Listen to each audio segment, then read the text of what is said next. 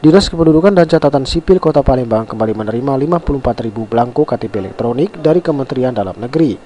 Dengan diterimanya 54.000 belangko KTP elektronik ini, diharapkan semua tunggakan pencetakan KTP elektronik masyarakat dapat diselesaikan, termasuk KTP elektronik yang hilang maupun pengganti elemen.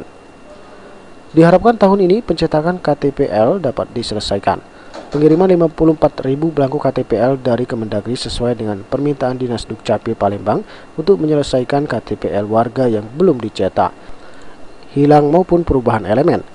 Belangko KTPL ini akan diprioritaskan untuk mencetak KTPL warga yang telah terdaftar sejak Agustus 2017 hingga Januari 2018. Setidaknya ada 9.300 yang sudah di print ready record serta 44.000 keping untuk warga yang KTPL-nya hilang ataupun untuk perubahan elemen. Bagi masyarakat yang hingga saat ini belum mendapatkan KTPL lantaran belum dicetak, bisa mengurus surat keterangan atau suket sebagai pengganti KTP sementara. Setiap harinya permintaan suket selalu membludak.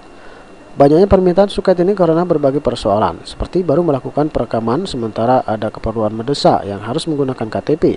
Selain itu, karena permasalahan lainnya seperti KTP hilang atau perubahan elemen. Suket ini masa berlakunya 3-6 bulan. Jika lebih dari itu, yang bersangkutan harus membuat suket baru.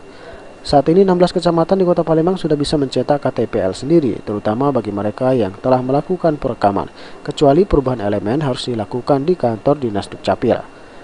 Julius Lumban Gaul, PAL TV.